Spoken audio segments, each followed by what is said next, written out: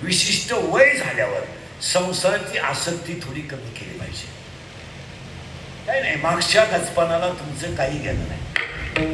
80 वर्षाचं म्हातारं बैल सोडित आहे आणि 22 वर्षाचा टोनगा मोबाईल पाहतोय. तिथंच उभा आहे, देवाला सोडल्यासारखा ओळू आहे. तो मोबाईल पाहतोय आणि म्हातारा बाप बैल सोडतोय आणि पोराची आई पोराला म्हणते तू सोडू नको, तुला धक्का लागेल. त्याला किडा येतो सोडे. आणि म्हातारा इतका दरिद्री थोडतो, मी असलो ना बैलांची काळजी नाही. आणि वरून आई म्हणती तुला धक्का बिका लागेल, तू सोडू नको. तो गेम चालू आहे मोबाईल होती. म्हणजे किड्याला घाणीचा कटाळा नाही. म्हणून मरण्याचा पहिला फायदा ऐकाने का मरणं चांगलं आहे. आणि खरं सांग, विशिष्ट काळानंतर जग सोडलंच पाहिजे. लई दिवस राहण्यात मजा नाही. घरच्यांनी दात खायचे, पाहुण्यांनी फोन करायचा कसं काय, आपण म्हणायचं आहे अजून पाहुण्याला चक्कर आली तिकडे आहे म्हातारा कापूरचा वाटा खातो काय म्हणजे नाही. इतक्या जगण्याला माहिती. म्हणून जेवढे राजे झाले, जेवढे संत झाले, सगळे 40-50च्या आतच गेले.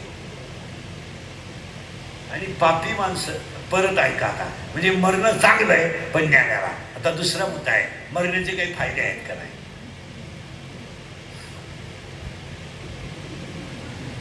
डोकं बंद झाला, तुम्हाला सुधारणा अजून 10 मिनिटं चक्कर येईल तुम्हाला. पहिला फायदा आहे मरण्याचे 5 फायदे. नीट ऐका. मरण्याचे मरव तर लागणार आहे, तिथं काय काहीच करता येणार नाही, ते तर जाणार उपजे ते नाशे. मग मरण्याचा पहिला फायदा आहे, जर पहिली माणसं मेली नसती तर दुसरी राहिलीच कुठं असती. त्याला शक्र आहे, 15व्या अध्यायात शब्द आहे त्याला, आगाव उपजले आणि नेमणे. महिला म्हणलं तुमच्या सगळ्या सासा जिवंत असत्या. आज सासू, मावस सासू, चुलत सासू, तो टीव्ही लावलं पुढं असत. मग तुझी सासू मेली, हे तुझ्या फायद्याचं आहे का तोट्याचं आहे.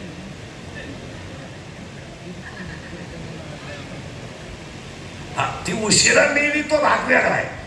तू लवकर जावाची अपेक्षा करीत होती. मरण्याला सांगत राहिली नसती. मरण्याचा पहिला फायदा आहे. आणि मरण्याचा दुसरा फायदा आहे, पापी माणसं कधी नेहमीच नसते. आपल्याला कोण कंट्रोल करू शकतो, कोण करणार. पापी माणसाला एखादा माणूस जर पतसंस्था खाली किंवा एखादा कारखाना खाऊन जेलमध्ये गेला, तो जर सुटून आला तर त्याला हार घालणारे लोक आहेत. तसं काही हिमालयातून साधू तप करून आला आहे, त्याला अनुग्रह द्यायचा आहे. माणसं त्याला गुलाल घेऊन उतरतात आणि म्हणत्या वाघानं बाजी मारली. आज जाऊन काही लोक आहेत आणि त्याची मिरवणूक काढणारी लोक आहेत. इतका पागल समाज आहे. त्यानं गरिबाचे संसार उद्ध्वस्त केले. स्त्रिया विधवा झाल्या, उशीरवाडी मुलं शिक्षणापासून वंचित राहिली, त्याच्या घराची राख झाली, याचा त्याने अभ्यास नाही केला. मग पापी माणसाला कोणीच मारू शकत नाही. पापी माणसाला फक्त मरणच मारू शकतं, दुसऱ्याची टापच नाही. आम्ही काय करणार, तुम्ही आम्ही फक्त बोलणार आहे. काय तुमचं मागं झालं तर मला सांगा. जे सत्तेत जातात ते कायदा करतात.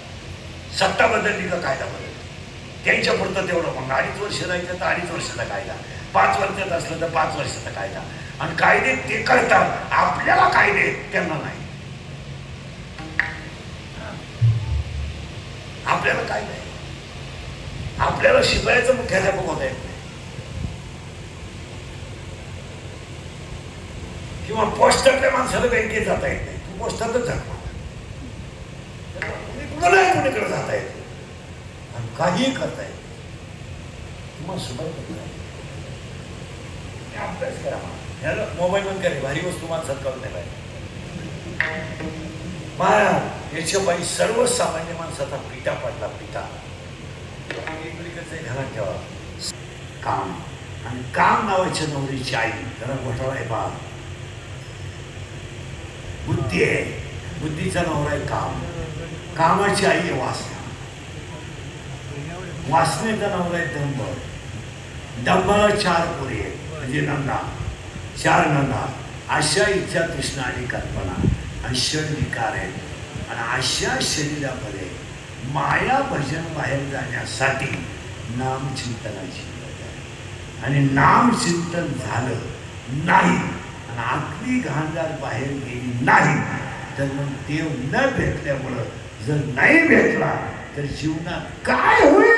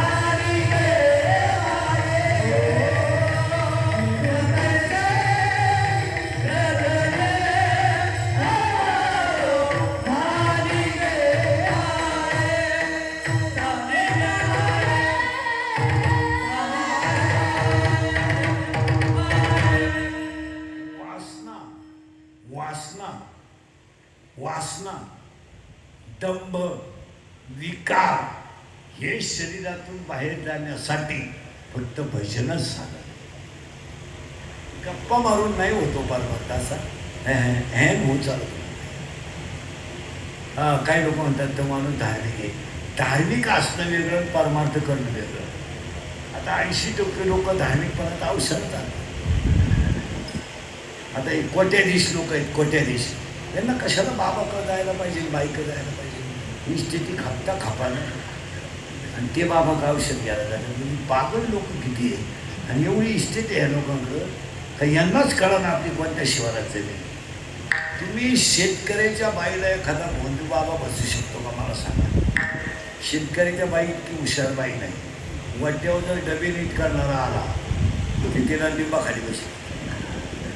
तिथं बस भाऊ पाणी आणून देते, आरती भाकर तिथं उलट, तिथं डबे इकडं कुठं झाला थोबाशी, तिथं पाणी तुला देते, आरती भाकर देते. काम उरकलं नाही तर चहा पाहिजे इकडं यायचं. बाजरी सुद्धा सुपात तुला तिथं जाणून देते. अजून एवढे भिकारी आले आपल्या दारात, अजून एकाही बाईला वट्याच्या हात येऊन दिला नाही. आणि कोट्याधीश लोक चला औषध काही येणं लागले का? बरं आमच्या महाराज मंडळीचं असं होतं, एकानं काही कुठं नाही केला का आमच्या एवढ्यांच्या बोकांडी होत. अरे कुटाणे करणारी वैष्णव असू शकत नाही. काही बावलं तर आता या पोराने माझ्याबरोबर शेती काढला, यानं उद्या एखाद्याला पुढे गेलं, मी गुतलो तो गुतलो, हातातच आहे. आता मला माहिती आहे त्यानं कवा काय कुठं ना केला, गुतलोय मी. तुम्ही त्याच्याकरता मला मी इतका सावध वागणारा माणूस आहे. मी स्वतः मोबाईल वापरत नाही. अख्ख्या महाराष्ट्रात मी एकटाच असेल, मी मोबाईल वापरत नाही. नाही नाही आपली परिस्थिती नाही. त्याला गरज येतो आपल्याकडे. परमार्थिक माणसाने लोकसंपर्क कमी ठेवा. जाऊ तुम्हाला लोक नाव ठेवणार, लोकांचं काय करू म्हणा ते. तुम्ही जर लोकांमध्ये जास्त मिसळले ना, याच्या डाव्यात त्याच्या ममती, त्याच्या वारशात, त्याच्या मालातपणा, मग ती चव जाते माणसाची. मग लोक आणि मग असं त्याच्यासाठी एक वाक्य जुन्या वारकऱ्यांसाठी सांगतो. चिरंजीव पद आहे ना, चिरंजीव पद एकदा आयुष्यात वाचलं पाहिजे. इतकं सुंदर नाथबाबांनी चिंतन सांगितलंय. 2-3 ओव्या सांगून बोललो. इतक्या सुंदर ओव्या आहेत. नाथबाबा म्हणतात समजा हा पोरगा आहे, इतक्या सुंदर ओव्या आहे. हा पोरगा गायला लागला समजा, अजून गात नाही पण गायला लागला काही याला लोक मानणार, मग याचा फोटो बिटो काढणार, याला घडी नेणार, कपडे बिपडे घेणार, याला थोडंसं बरं वाटणार, मग तो भजन सोडून देणार. सगळ्या कार्यक्रमाला हजर राहणार, लोक घरी नेणार, गुलाबजामून घालणार, आंबारस घालणार, ठेप धुणार, मग त्याला कपडे बिपडे घेणार, मग त्या कार्यक्रमाला बनवणार, मग त्याची सेवा, कपडे धुवून देणार, मग हातपाय दावा, हातपाय दाबायला कडक हात नको,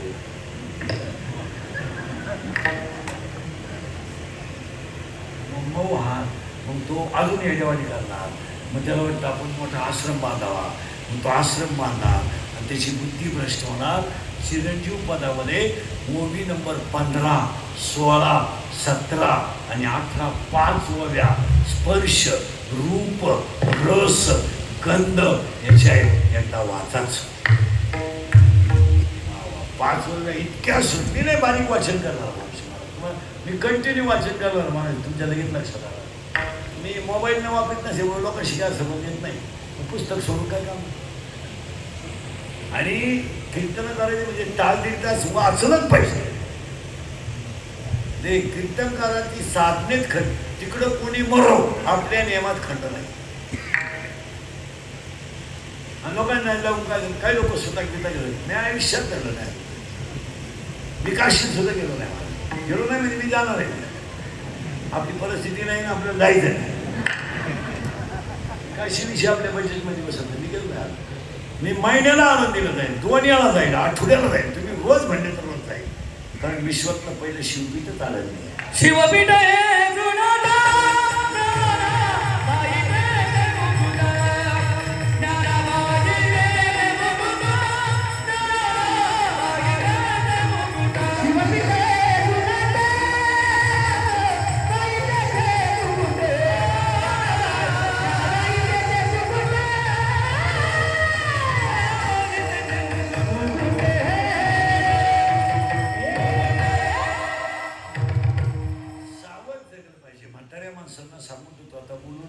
ज्येष्ठ महिना आहे, वारीचा काळ आहे, कोणते तुम्ही कधी मारणारच आहे, पण मरण्याच्या अगोदर खाते फोडून मरा. तुम्ही आता इथं दिघे पाहुण्यांचं जेवण करा आणि आज शुक्रवार एकट्याला टीक आठवा.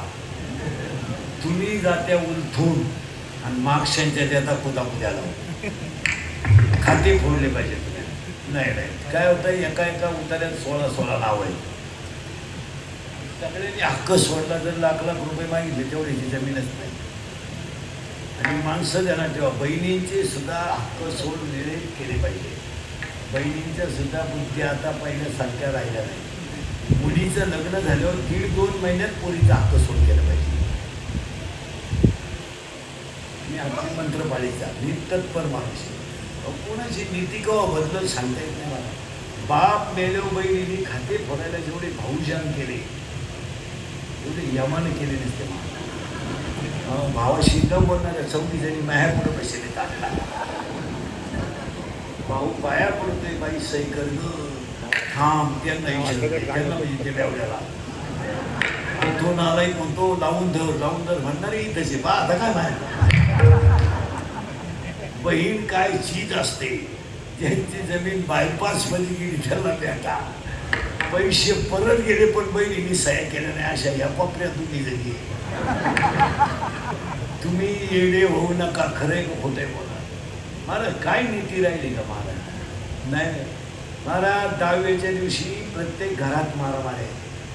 10वी फक्त मोठ्याने घालतात, लाडू घालतात, पण कुटुंबांमध्ये समाधान नाही. त्या बहिणी सुद्धा आता पहिल्यासारख्या राहिल्या नाही. त्यांची थोडी नीती बरं चांगली सर. ती म्हणते नाही मग असं कर, माहिशीचे पैसे तरी ते जमीन नको. आता राहिले नाही पहिल्यासारखं. काळ फार वाईट गेला. म्हातारी गेली, म्हातारा शिल्लक राहिला. 2 जावांनी मिटिंग घेतली, म्हाताऱ्याला भाकरी निघालायची. थोरली जाव हुशार, थोरली बाई कोणत्याही घरात हुशारच राहते. त्याचं कारण तिला गरज नाही राहत माझी. लग्न बिग्न पोरांची होऊन जात्या, तिथे कुठं ती टाकते आणि दगडी धाकटाच होतो. हो आई बाबा सांभाळायची मारी कोणावर आहे? धाकटा मी सुद्धा धाकटाची, पण मी हुशार धाकटा आहे. हे वाईले घडे बायको केली हुशार माणूस. मी संसारात फेल झाणारच नाही. मला नाही आणि मग ती थोरली म्हणली आपल्याच्यानं म्हणाल नाही तुमचं तुम्ही धाकटी म्हणली मी घालीन म्हाताऱ्याला भाकर. त्यात काय आलं ते खाते भाकर पण मला एक एकर जमीन द्यावं लागलं. कशी म्हाताऱ्याला भाकरी घाल. आता आजच्या भावाने ती जमीन झाली 40 लाखाची. म्हणजे म्हाताऱ्याला भाकरी केवढ्याच्या 40 लाख. म्हातारा आजारी पडलो त्या बरोबर ती जमीनच दिली मेवणीच्या नावे करून. म्हातारा गेलं मरून. त्याला टीक बसली होती म्हातारी म्हणून आणि बरोबर होती बाई. तेव्हा गेला मरून. तिनं दुसऱ्या साडा केला जरी सोडायचं. काळ अतिशय वाईट येणार आहे तुमचं काय. इथून पुढे प्रत्येक माणसाने भजनाच्या आधारावरच संतांचा आधार घेतला पाहिजे. मला खुणवायचं का नाही तुम्हाला बसायचं का वर हे वाजले किती. आज तुमचा काही विचारच हा नाही हातात. आज गायकवाले कोणी मंडपवाले माई सचिवालय कार्यक्रमाचे आयोजक संयोजक आणि पाठीमागे सगळ्या दिघे पाटील परिवार आणि हे विशेष म्हणजे हे सगळं कुटुंब एज्युकेटेड आहे. MBBS BSMS MDS BDS MDS. मग हा सगळा आईचा आणि आजीचा आशीर्वाद आहे. आणि नातू मोठा होतो पण आजीच्या आशीर्वादाने होतो. सगळ्या मंडळीला धन्यवाद आभार मानण्याशिवाय कोणी